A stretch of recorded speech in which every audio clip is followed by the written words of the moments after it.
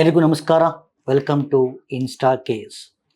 Vinay Kumar sir ಸಾರಥ್ಯದಲ್ಲಿ ಕರ್ನಾಟಕ ರಾಜ್ಯದಲ್ಲಿ ಮೊಟ್ಟ ಮೊದಲ ಬಾರಿಗೆ ಇನ್ಸ್ಟಾ ಕೇಸ್ ಸಂಸ್ಥೆ UPSC ಪರೀಕ್ಷೆಗಳಿಗೆ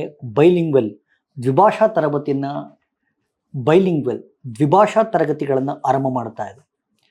ಭಾಳ ವಿಶೇಷವಾಗಿರ್ತಕ್ಕಂಥ ಸಂಗತಿ ಅಂತಂದರೆ, ಈವರೆಗೂ ರಾಜ್ಯದಲ್ಲಿ UPSCನ ಬರೆಯುವಂಥ ವಿದ್ಯಾರ್ಥಿಗಳಿಗೆ ಕನ್ನಡ ಮಾಧ್ಯಮದಲ್ಲಿ ತರಬೇತಿಯನ್ನು ಕೊಡ್ತಕ್ಕಂಥ ಯಾವುದೇ ಪ್ರಯತ್ನಗಳು ದೊಡ್ಡ ಮಟ್ಟದಲ್ಲಿ ನಡೆದಿಲ್ಲ. ಈ ಒಂದು ಸದುದ್ದೇಶವನ್ನು ಇಟ್ಕೊಂಡು ಇನ್ಸ್ಟಾ ಕೇಸ್ ಸಂಸ್ಥೆ ಒಂದು UPSC prelims cum mains foundation ಬ್ಯಾಚನ್ನು ದ್ವಿಭಾಷೆಯಲ್ಲಿ ಶುರು ಮಾಡ್ತಾ ಇದೆ. ಇದರ ಭಾಗವಾಗಿ ನಾನು ಈ ಕೋರ್ಸ್ದಲ್ಲಿ ನಿಮಗೆ ಎನ್ವಿರಾನ್ಮೆಂಟ್ ಆ್ಯಂಡ್ ಇಕಾಲಜಿ ಪರಿಸರ ವಿಜ್ಞಾನ ವಿಭಾಗದಲ್ಲಿ ಉಪನ್ಯಾಸಕನಾಗಿರ್ತೀನಿ. ಇದರ ಸಿಲೆಬಸ್ ಮತ್ತು ಅಪ್ರೋಚನ್ನು ನಿಮ್ಮ ಮುಂದೆ ಪ್ರಸ್ತುತಪಡಿಸುವಂಥ ವಿಶೇಷ ಪ್ರಯತ್ನವನ್ನು ಈ ಕೋರ್ಸ್ನ ಭಾಗವಾಗಿ ನಿಮಗೆ ಎನ್ವಿರಾನ್ಮೆಂಟ್ ಆ್ಯಂಡ್ ಇಕಾಲಜಿ ಪರಿಸರ ವಿಜ್ಞಾನಕ್ಕೆ ಸಂಬಂಧಪಟ್ಟಂತೆ ಸಿಲೆಬಸ್ ಮತ್ತು ಅಪ್ರೋಚನ್ನು ಡಿಸ್ಕಸ್ ಮಾಡುವಂಥ ವಿಶೇಷ ಪ್ರಯತ್ನವನ್ನು ಮಾಡ್ತಾ ಇದ್ದೀವಿ. ಮೊದಲಿಗೆ 2015ರ ನಂತರ UPSC ಪ್ರಿಲಿಮ್ಸ್ ಪರೀಕ್ಷೆಯಲ್ಲಿ ಇಕಾಲಜಿಗೆ ಸಂಬಂಧಪಟ್ಟಂಥ ಪ್ರಶ್ನೆಗಳು ಗಣನೀಯವಾಗಿ ಜಾಸ್ತಿ ಆಗ್ತಾ ಇದೆ.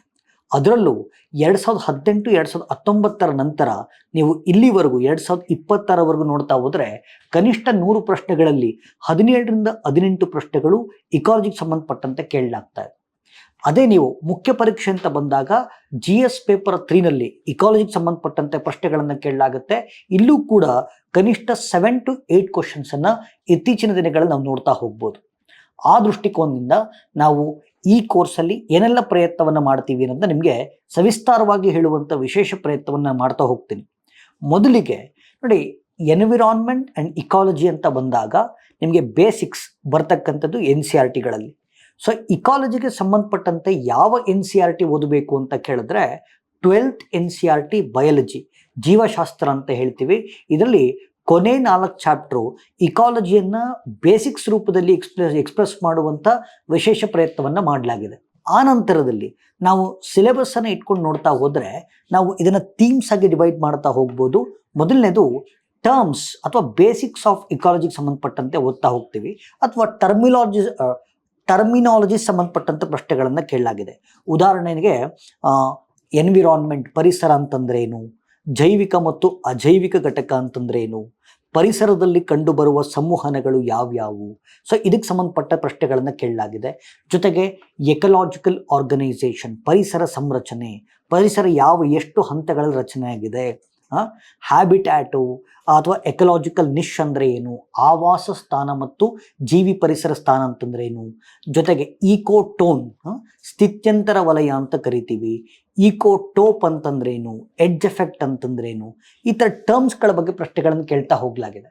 ಎರಡನೇ ಥೀಮ್ ಅಂತ ನಾವು ತಗೊಂಡಾಗ ಫಸ್ಟ್ ಥೀಮ್ ಬಂದು ಬೇಸಿಕ್ಸ್ ಆಫ್ ಇಕಾಲಜಿ ಅಂತ ಹೇಳ್ತೀವಿ. ಸೆಕೆಂಡ್ ಥೀಮ್ ಅಂತ ಬಂದಾಗ ಈಕೋಸಿಸ್ಟಮ್, ಪರಿಸರ ವ್ಯವಸ್ಥೆ ಬಗ್ಗೆ ಹೆಚ್ಚು ಪ್ರಶ್ನೆಗಳನ್ನು ಕೇಳಲಾಗುತ್ತೆ. ಇಲ್ಲಿ ಅಜೈವಿಕ ಘಟಕಗಳ ವರ್ಗೀಕರಣ, ಜೈವಿಕ ಘಟಕಗಳ ವರ್ಗೀಕರಣ, classification of abiotic components, classification of biotic components. Classification of biotic components ಅಂತ ಬಂದಾಗ ಪ್ರೊಡ್ಯೂಸರ್ಸು, ಕನ್ಸ್ಯೂಮರ್ಸು, ಡಿಕಂಪೋಸರ್ಸ್, ಸ್ವಪೋಷಕರು, ಗ್ರಾಹಕರು, ವಿಘಟಕರು, ಇವೆಲ್ಲ ನೀವು ಓದ್ಕೋಬೇಕಾಗತ್ತೆ. ಮತ್ತು ಶಾಲೆಗಳಲ್ಲೂ ಕೂಡ ನೀವು ಇದನ್ನು ಓದಿರ್ತೀರಿ. ಜೊತೆಗೆ ಇದಾದ ಮೇಲೆ ಫುಡ್ ಚೈನ್ ಅಂತಂದ್ರೇನು, ಆಹಾರ ಸರಪಳಿ ಅಂತಂದ್ರೇನು, ಫುಡ್ ವೆಬ್ ಅಂತಂದ್ರೇನು, ಟೈಪ್ಸ್ ಆಫ್ ಫುಡ್ ಚೈನು, ಇದ್ರ ಬಗ್ಗೆ ಹೆಚ್ಚು ಪ್ರಶ್ನೆಗಳನ್ನು ಕೇಳಲಾಗಿದೆ. ಟ್ರಾಪಿಕ್ ಮಟ್ಟಗಳು ಅಂತಂದ್ರೇನು, ಎಕಲಾಜಿಕ್ ಪಿರಮಿಡ್ಗಳು ಬರ್ತಾ ಹೋಗ್ತವೆ. ಅದರಲ್ಲಿ ಸಂಖ್ಯಾ ಪಿರಮಿಡ್ಡು, ಜೀವರಾಶಿ ಪಿರಮಿಡ್ಡು, ಶಕ್ತಿಯ ಪಿರಮಿಡ್ಡು, ಇವೆಲ್ಲ ನಾವು ಓದ್ಕೋಬೇಕಾಗತ್ತೆ.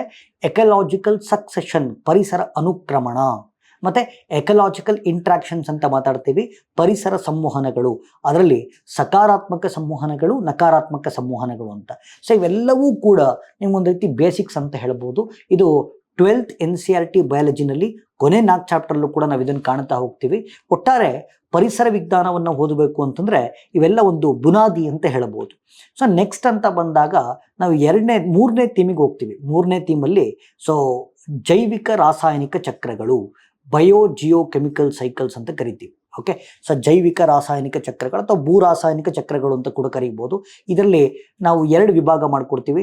ಒಂದು ಮಣ್ಣಿನ ಕಣಗಳ ಪೌಷ್ಟಿಕಾಂಶ ಚಕ್ರ, ಇನ್ನೊಂದು ಅನಿಲಗಳ ಪೌಷ್ಟಿಕಾಂಶ ಚಕ್ರ ಅಂತ ಬರುತ್ತೆ.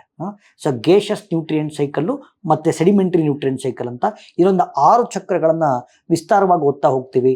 Carbon cycle, oxygen cycle, nitrogen cycle, sulphur cycle, calcium cycle, phosphorus cycle, water cycle, ಒಟ್ಟಾರೆ ಈ ಚಕ್ರಗಳನ್ನು ಓದ್ತಕ್ಕಂಥ 3ನೇ ಥೀಮ್ ಇದಾಗಿರುತ್ತೆ.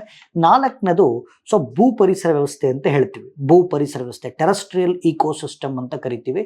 ಸೊ ಇದರಲ್ಲಿ ಪ್ರಮುಖವಾಗಿ 4 ಪರಿಸರ ವ್ಯವಸ್ಥೆಗಳನ್ನು ಓದ್ತಾ ಹೋಗ್ತೀವಿ. ಅರಣ್ಯಗಳ ಪರಿಸರ ವ್ಯವಸ್ಥೆ, ಆ್ಯಂಡ್ ಮರುಭೂಮಿಗಳ ಪರಿಸರ ವ್ಯವಸ್ಥೆ, ಹುಲ್ಲುಗಾವಲಿನ ಪರಿಸರ ವ್ಯವಸ್ಥೆ, ಪರ್ವತಗಳ ಪರಿಸರ ವ್ಯವಸ್ಥೆ ಅಂತ ಕರಿತೀವಿ.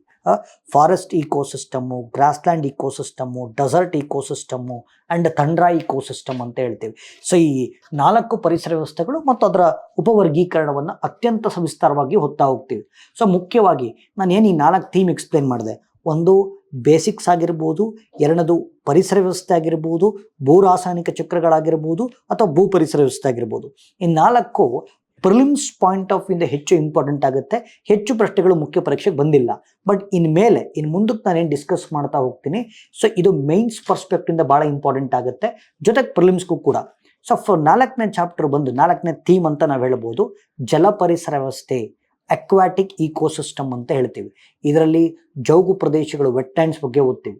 ಭಾಳ ಇಂಪಾರ್ಟೆಂಟ್ ವೆಟ್ಲ್ಯಾಂಡ್ಸ್ ಚಾಪ್ಟ್ರು. ಯಾವಾಗಲೂ ವೆಟ್ಲ್ಯಾಂಡ್ಸ್ ಮೇಲೆ ಮೀನ್ಸ್ ಕ್ವಶನ್ಸ್ ಜಾಸ್ತಿ ಬರ್ತಾ ಹೋಗುತ್ತೆ.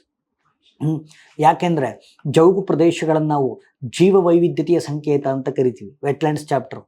ಸೊ ವೆಟ್ಲ್ಯಾಂಡ್ಸ್ ಆಗಿರ್ಬೋದು, ಕೋರಲ್ಸ್, ಹವಳದ ಬಂಡೆಗಳು ಅಥವಾ ಹವಳದ ದಿಣ್ಣೆಗಳು, ಮತ್ತು 3ನೇದು ಮ್ಯಾಂಗ್ರೂವ್ ಅರಣ್ಯಗಳು, 4ನೇದು ಅಳಿವೆಗಳು, ಎಸ್ಚುರೀಸ್ ಅಂತ ಕರಿತೀವಿ.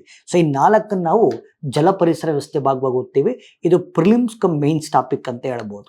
ಸೊ ನೆಕ್ಸ್ಟ್ ಬಂದಾಗ 5ನೇ ಥೀಮ್ ಬಂದು ಬಯೋಡೈವರ್ಸಿಟಿ ಕನ್ಸರ್ವೇಷನ್, ಜೀವ ವೈವಿಧ್ಯತೆಯ ಸಂರಕ್ಷಣೆ ಅಂತ ಹೇಳ್ತೀವಿ. ಸೊ ಈ ಬಯೋಡೈವರ್ಸಿಟಿ ಕನ್ಸರ್ವೇಷನ್ ಅಂತ ಬಂದಾಗ ನಮಗೆ ಬಯೋಡೈವರ್ಸಿಟಿ ಬೇಸಿಕ್ಸ್ ಇಂಪಾರ್ಟೆಂಟ್ ಆಗುತ್ತೆ. ಅಂದರೆ ಜೀವ ವೈವಿಧ್ಯತೆ ಅಂದ್ರೇನು, ಬಯೋಡೈವರ್ಸಿಟಿ ಅಂದ್ರೇನು, ಟೈಪ್ಸ್ ಆಫ್ ಬಯೋಡೈವರ್ಸಿಟಿ ಮತ್ತು ಜೀವ ವೈವಿಧ್ಯತೆಯ ಮಾಪನ, ಅಂದರೆ ಬಯೋಡೈವರ್ಸಿಟಿನ ಮೆಷರ್ ಮಾಡ್ತಕ್ಕಂಥ ಟೂಲ್ಸು ಆಲ್ಫಾ, ಬೀಟಾ, ಗಾಮಾ ಅಂತ ಎಲ್ಲ ಓದ್ತೀವಿ. That becomes important.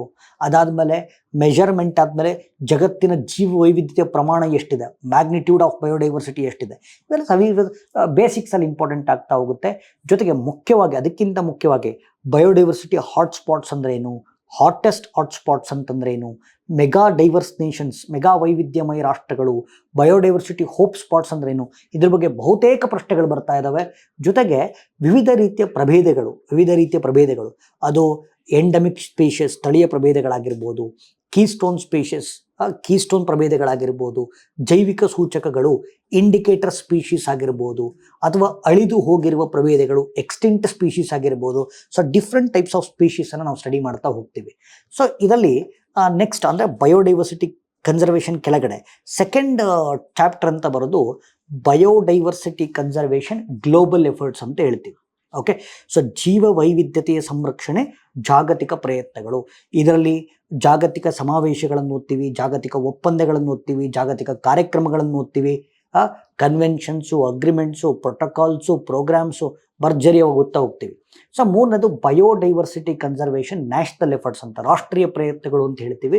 ಸೊ ರಾಷ್ಟ್ರೀಯ ಪ್ರಯತ್ನಗಳು ಅಂತ ಬಂದಾಗ ಪರಿಸರಕ್ಕೆ ಸಂಬಂಧಪಟ್ಟ ಕಾಯ್ದೆಗಳು, ಪರಿಸರಕ್ಕೆ ಸಂಬಂಧಪಟ್ಟ ಶಾಸನಬದ್ಧ ಸಂಸ್ಥೆಗಳು, ಪರಿಸರಕ್ಕೆ ಸಂಬಂಧಪಟ್ಟ ಯೋಜನೆಗಳು, ಕಾರ್ಯಕ್ರಮಗಳು, ಕಾರ್ಯಸೂಚಿಗಳನ್ನು ಓದ್ತಾ ಹೋಗ್ತೀವಿ. Environmental related acts, environment related statutory bodies, environment related schemes, programmes, action plans, ಇವೆಲ್ಲ ವಿಸ್ತಾರವಾಗಿ ಓದ್ತಾ ಹೋಗ್ತೀವಿ. ಸೊ ಲಾಸ್ಟ್ ಚಾಪ್ಟರ್ ಬಯೋಡೈವರ್ಸಿಟಿನಲ್ಲಿ ಬಯೋಡೈವರ್ಸಿಟಿ ಕನ್ಸರ್ವೇಷನ್ ಮೆಥಡ್ಸ್ ಅಂತ, ಓಕೆ, ಜೀವ ವೈವಿಧ್ಯತೆಯ ಸಂರಕ್ಷಣಾ ಕ್ರಮಗಳು. ಸೊ ಇದರ ಕೆಳಗಡೆ ನಾವು ಇನ್ಸಿಟು ಕನ್ಸರ್ವೇಷನು, ಎಕ್ಸಿಟು ಕನ್ಸರ್ವೇಷನ್ ಅಂತ ಓದ್ತೀವಿ. ಸೊ ಇನ್ಸಿಟು ಕನ್ಸರ್ವೇಷನ್ ಕೆಳಗಡೆ ಸೊ ಪ್ರಭೇದಗಳ ಸಂರಕ್ಷಣೆನೂ ಓದ್ತೀವಿ, ಆವಾಸ ಸ್ಥಾನಗಳ ಸಂರಕ್ಷಣೆ ಓದ್ತೀವಿ. ಉದಾಹರಣೆಗೆ ಈಗ ಆವಾಸ ಸ್ಥಾನಗಳ ಸಂರಕ್ಷಣೆ, ಪ್ರೊಟೆಕ್ಷನ್ ಆಫ್ ಹ್ಯಾಬಿಟ್ಯಾಟ್ಸ್ ಅಂತ ಬಂದಾಗ ಅಲ್ಲಿ ರಾಷ್ಟ್ರೀಯ ಉದ್ಯಾನವನಗಳು, ವನ್ಯಜೀವಿ ಅಭಯಾರಣ್ಯಗಳು, ಆ್ಯಂಡ್ ಸಂರಕ್ಷಣಾ ಮೀಸಲುಗಳು, ಸಮುದಾಯ ಮೀಸಲುಗಳು, ಜೀವಭೂಗೋಳ ಮೀಸಲುಗಳನ್ನು ಅತ್ಯಂತ ವಿಸ್ತಾರವಾಗಿ ಹೋಗ್ತೀವಿ. ಪ್ರಭೇದಗಳ ಸಂರಕ್ಷಣೆ ಅಂತ ಬಂದಾಗ ಇತ್ತೀಚೆಗೆ ಸುದ್ದಿಯಲ್ಲಿರ್ತಕ್ಕಂಥ ಪ್ರಭೇದಗಳ ಬಗ್ಗೆ ವಿಸ್ತಾರವಾಗಿ ಹೋಗ್ತೀವಿ. ಉದಾಹರಣೆಗೆ ಹುಲಿಗಳಾಗಿರ್ಬೋದು, ಆನೆಗಳಾಗಿರ್ಬೋದು, ಸಿಂಹಗಳಾಗಿರ್ಬೋದು, ಆಲಿವ್ ರೆಡ್ಲೆ ಆಮೆಗಳಾಗಿರ್ಬೋದು, ಡಾಲ್ಫಿನ್ಗಳಾಗಿರ್ಬೋದು, ಲೆಪರ್ಡ್ಸ್ ಆಗಿರ್ಬೋದು. ಸೊ ಇತ್ತೀಚೆಗೆ ಸುದ್ದಿಯಲ್ಲಿರ್ತಕ್ಕಂಥ ಭಾರತದ ಎಲ್ಲ ಪ್ರಭೇದಗಳ ಬಗ್ಗೆ ಡೀಟೇಲ್ ಆಗಿ ಓದ್ತೀವಿ. ಓಕೆ, ಎಕ್ಸಿಟಿವ್ ಕನ್ಸರ್ವೇಷನ್ ಅಂತ ಬಂದಾಗ ನಾವಲ್ಲಿ botanical gardens, zoological parks, seed bank, gene bank, cryopreservation, ಈ ಥರ ಟಾಪಿಕ್ಗಳನ್ನು ಓದ್ತಾ ಹೋಗ್ತೀವಿ. ಇದು ಬಯೋಡೈವರ್ಸಿಟಿ ಬಗ್ಗೆ. ನೆಕ್ಸ್ಟು ಅರಣ್ಯಗಳ ಸಂರಕ್ಷಣೆ, ಫಾರೆಸ್ಟ್ ಕನ್ಸರ್ವೇಷನ್ ಅಂತ ಬರುತ್ತೆ. ಅದರಲ್ಲಿ ಮುಖ್ಯವಾಗಿ ಅರಣ್ಯ ಸಂರಕ್ಷಣೆಗೆ ಸಂಬಂಧಪಟ್ಟ ಸಾಂವಿಧಾನಿಕ ನಿಬಂಧನೆಗಳು ಮತ್ತು ಅರಣ್ಯ ನಾಶ ಯಾಕಾಗ್ತಾ ಇದೆ, ಭಾಳ ಇಂಪಾರ್ಟೆಂಟು. ಜೊತೆಗೆ ಅರಣ್ಯಗಳ ಮಹತ್ವ ಏನು, ಅರಣ್ಯ ನಾಶಕ್ಕೆ ಕಾರಣಗಳು ಮತ್ತು ಪ್ರತಿಕೂಲ ಪರಿಣಾಮಗಳು. ಆಮೇಲೆ ಒಂದು ಇಂಪಾರ್ಟೆಂಟ್ ರಿಪೋರ್ಟ್ ಬರುತ್ತೆ, ISFR ರಿಪೋರ್ಟ್ ಅಂತ, ಭಾರತದ ಅರಣ್ಯಗಳ ಸ್ಥಿತಿಗತಿಗಳ ವರದಿ. ಇವೆಲ್ಲ ಇಂಪಾರ್ಟೆಂಟು. ಜೊತೆಗೆ ಅರಣ್ಯಗಳ ಸಂರಕ್ಷಣೆಗೆ ಸಂಬಂಧಿಸಿದ ಜಾಗತಿಕ ಪ್ರಯತ್ನಗಳು, ಜೊತೆಗೆ ರಾಷ್ಟ್ರೀಯ ಪ್ರಯತ್ನಗಳು. ಸೊ ಇದೊಂದು ಥೀಮ್ ಆಗುತ್ತೆ. ನೆಕ್ಸ್ಟು ಕ್ಲೈಮೇಟ್ ಚೇಂಜ್, ವಾಯುಗುಣ ಬದಲಾವಣೆ ಅಂತ ಹೇಳ್ತೀವಿ, ಅಥವಾ ಜನರಲ್ ಆಗಿ ಹವಾಮಾನ ಬದಲಾವಣೆ. ಸೊ ಇದರಲ್ಲಿ ಹವಾಮಾನ ಬದಲಾವಣೆಗೆ ಸಂಬಂಧಪಟ್ಟಂಥ ಕಾರಣಗಳು ಅಂದರೆ ಈ ಹಸಿರುಮನೆ ಅನಿಲಗಳ ಬಗ್ಗೆ ಓದ್ತೀವಿ. ಹಸಿರುಮನೆ ಅನಿಲಗಳಿಂದ ಹಸಿರುಮನೆ ಪರಿಣಾಮ ಹೆಂಗಾಗತ್ತೆ, ಹಸಿರುಮನೆ ಪರಿಣಾಮದಿಂದ ಜಾಗತಿಕ ತಾಪಮಾನ ಏರಿಕೆ ಹೆಂಗಾಗತ್ತೆ, ಜಾಗತಿಕ ತಾಪಮಾನ ಏರಿಕೆಯಿಂದ ವಾಯುಗುಣ ಬದಲಾವಣೆ ಹೆಂಗಾಗತ್ತೆ, ಅದರಿಂದ ಉಂಟಾಗ್ತಕ್ಕಂಥ ಜಾಗತಿಕ ಪ್ರತಿಕೂಲ ಪರಿಣಾಮಗಳು ಏನೇನು, ಇದ್ರ ಬಗ್ಗೆ ಸವಿಸ್ತಾರವಾಗಿ ಓದ್ತೀವಿ. ಅಂದರೆ ಗ್ರೀನ್ ಹೌಸ್ ಗ್ಯಾಸಸ್ಸು, ಇದರಿಂದ ಗ್ರೀನ್ ಹೌಸ್ ಎಫೆಕ್ಟ್ ಹೆಂಗಾಗುತ್ತೆ, ಗ್ರೀನ್ ಹೌಸ್ ಎಫೆಕ್ಟಿಂದ ಗ್ಲೋಬಲ್ ವಾರ್ಮಿಂಗ್ ಹೆಂಗಾಗುತ್ತೆ, ಗ್ಲೋಬಲ್ ವಾರ್ಮಿಂಗಿಂದ ಕ್ಲೈಮೇಟ್ ಚೇಂಜ್ ಹೆಂಗಾಗುತ್ತೆ, ಇವೆಲ್ಲ ಓದ್ತಾ ಹೋಗ್ತೀವಿ. ಅದಾದ ಮೇಲೆ ಓಝೋನು ಪದರ ಸವಕಳಿ, ಓಝೋನ್ ಲೇಯರ್ ಡಿಪ್ಲೇಷನ್ ಸಂಬಂಧಪಟ್ಟಂತೆ 360 ಡಿಗ್ರಿ ಆ್ಯಂಗಲ್ಲು, ಅದ್ರಲ್ಲಿ ಮಾಂಟ್ರಿಯಲ್ ಒಪ್ಪಂದದಿಂದ ಹಿಡಿದು ಮಾಂಟ್ರಿಯಲ್ ಒಪ್ಪಂದದಿಂದ ಹಿಡಿದು ವಿಯೆನ್ನಾ ಸಮಾವೇಶದವರೆಗೆ ಅತ್ಯಂತ ಡೀಟೇಲ್ ಆಗಿ ಓದ್ತಾ ಹೋಗ್ತೀವಿ. ಜೊತೆಗೆ ಲಾಸ್ಟಿಗೆ ಹವಾಮಾನ ಬದಲಾವಣೆ ತಡೆಗಟ್ಟುವ ಜಾಗತಿಕ ಪ್ರಯತ್ನಗಳು, ರಾಷ್ಟ್ರೀಯ ಪ್ರಯತ್ನಗಳು, ಇದೊಂದು ಥೀಮ್ ಆಗಿರುತ್ತೆ. ಸೊ ನೆಕ್ಸ್ಟ್ ಮುಖ್ಯ ಥೀಮ್ ಒಂದು ಪೊಲ್ಯೂಷನ್, ಮಾಲಿನ್ಯ ಅಂತ ಹೇಳ್ತೀವಿ, ಮಾಲಿನ್ಯ ಅಂತ. ಸೊ ಪೊಲ್ಯೂಷನಲ್ಲಿ ನೋಡಿ, ನಾವು ಇಲ್ಲಿ ಒಂದು 10 ರಿಂದ 11 ಪೊಲ್ಯೂಷನ್ನ ಓದ್ತಾ ಹೋಗ್ತೀವಿ. ಒಂದು air pollution, and water pollution, marine pollution, ground water pollution, plastic pollution, soil pollution, noise pollution, radioactive pollution, thermal pollution, light pollution. ಇಷ್ಟು ಪೊಲ್ಯೂಷನ್ಸ್ಗಳು ಎಕ್ಸಾಮ್ ದೃಷ್ಟಿಯಿಂದ ನಾವು ಓದ್ತಾ ಹೋಗ್ತೀವಿ. ಸೊ ಇದರಲ್ಲಿ ಕನ್ನಡದಲ್ಲಿ ಹೇಳಬೇಕು ಅಂತಂದರೆ ವಾಯು ಮಾಲಿನ್ಯ, ಜಲ ಮಾಲಿನ್ಯ, ಸಾಗರಗಳ ಮಾಲಿನ್ಯ, ಅಂತರ್ಜಲ ಮಾಲಿನ್ಯ, ಸಮುದ್ರಗಳ ಮಾಲಿನ್ಯ ನೋಡಿ ಭಾಳ ಇಂಪಾರ್ಟೆಂಟ್. ಸೊ ಜೊತೆಗೆ ಪ್ಲಾಸ್ಟಿಕ್ ಮಾಲಿನ್ಯ, ಶಬ್ದ ಮಾಲಿನ್ಯ, ಮಣ್ಣಿನ ಮಾಲಿನ್ಯ, ವಿಕಿರಣ ಮಾಲಿನ್ಯ, ಉಷ್ಣ ಮಾಲಿನ್ಯ, ಬೆಳಕಿನ ಮಾಲಿನ್ಯ. ಸೊ ಇವೆಲ್ಲ ಓದ್ತಾ ಹೋಗ್ತೀವಿ. ಸೊ ಇದು ನೆಕ್ಸ್ಟ್ ಥೀಮು. ಅದಾದಮೇಲೆ ಸೊ ನಮಗೆ ರಿನ್ಯೂವೇಬಲ್ ಎನರ್ಜಿ ಅಂತ ಒಂದು ಚಾಪ್ಟರ್ ಇಟ್ಟಿದ್ದೀವಿ. ಓಕೆ, ನವೀಕರಿಸಬಹುದಾದ ಇಂಧನಗಳು ಭಾಳ ಇಂಪಾರ್ಟೆಂಟ್ ಆಗುತ್ತೆ. ನಾವು ಯಾವಾಗಲೂ ಹೇಳ್ತಿರ್ತೀವಿ, ನೈಸರ್ಗಿಕ ಸಂಪನ್ಮೂಲಗಳಿಂದ ಪಡೆದ ಮುಗಿದು ಹೋಗದಂತಿರುವ ಮರುಬಳಕೆ ಮಾಡುವ ಪರಿಸರ ಸ್ನೇಹಿ ಇಂಧನಗಳನ್ನು ರಿನ್ಯೂವೇಬಲ್ ಎನರ್ಜಿ, ಅದರಲ್ಲಿ solar energy, wind energy, ocean energy, wave energy, tidal energy, geothermal energy ಅಂತಹ ಇಂಧನಗಳನ್ನು ವಿಸ್ತಾರವಾಗಿ ಓದ್ತಾ ಹೋಗ್ತೀವಿ. ಸೊ ಅದಾದಮೇಲೆ ಮರುಭೂಮೀಕರಣ. ಸೊ ಮರುಭೂಮೀಕರಣ ಅಂತಂದ್ರೇನು, ಕಾರಣಗಳೇನು, ಪ್ರತಿಕೂಲ ಪರಿಣಾಮಗಳೇನು, ತಡೆಗಟ್ಟುವ ಕ್ರಮಗಳನ್ನು ವಿಸ್ತಾರವಾಗಿ ಓದ್ತಾ ಹೋಗ್ತೀವಿ. ಮತ್ತು ಲಾಸ್ಟ್ ಚಾಪ್ಟರ್ ನಿಮಗೆ ಸುಸ್ಥಿರಾಭಿವೃದ್ಧಿ ಅಂತ. ಸೊ ಇದರಲ್ಲಿ ಸುಸ್ಥಿರಾಭಿವೃದ್ಧಿಗೆ ಸಂಬಂಧಪಟ್ಟಂಥ 17 ಗುರಿಗಳನ್ನು ವಿಸ್ತಾರವಾಗಿ ಓದುವಂಥ ಪ್ರಯತ್ನ ಮಾಡ್ತೀವಿ. ಒಟ್ಟಾರೆ ಈ ಸಿಲೆಬಸ್ ನಾನು ನಿಮ್ಗೆ ಯಾಕೆ ಎಕ್ಸ್ಪ್ಲೈನ್ ಮಾಡಿದೆ ಅಂತಂದರೆ, ಒಂದು ಸಬ್ಜೆಕ್ಟಲ್ಲಿ ಏನು ಓದ್ತೀವಿ ಅನ್ನೋದು ಗೊತ್ತಿರಬೇಕು, ಅದು ಭಾಳ ಮುಖ್ಯ ಆಗುತ್ತೆ. ಇದನ್ನು ಪ್ರಿಲಿಮ್ಸ್ ಪಾಯಿಂಟ್ ಆಫ್ ಇಂದ, ಪ್ರಿಲಿಮ್ಸ್ ಅಂದರೆ ನಾವು ಕಾನ್ಸೆಪ್ಚುಯಲ್ ಅಪ್ರೋಚಲ್ಲಿ ಓದ್ತೀವಿ. ಅಂದರೆ what, why, where, when, how.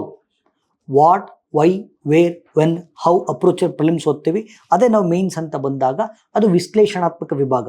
Advantages, disadvantages, ಸಾಧಕಗಳು, ಬಾಧಕಗಳು, ಪ್ರಯೋಜನಗಳು, ದುಷ್ಪರಿಣಾಮಗಳು, ಮಹತ್ವ, ಸವಾಲುಗಳ ದೃಷ್ಟಿಕೋನದಿಂದ ಮೇನ್ಸ್ ಎಲ್ಲ ಓದ್ತಾ ಹೋಗ್ತೀವಿ.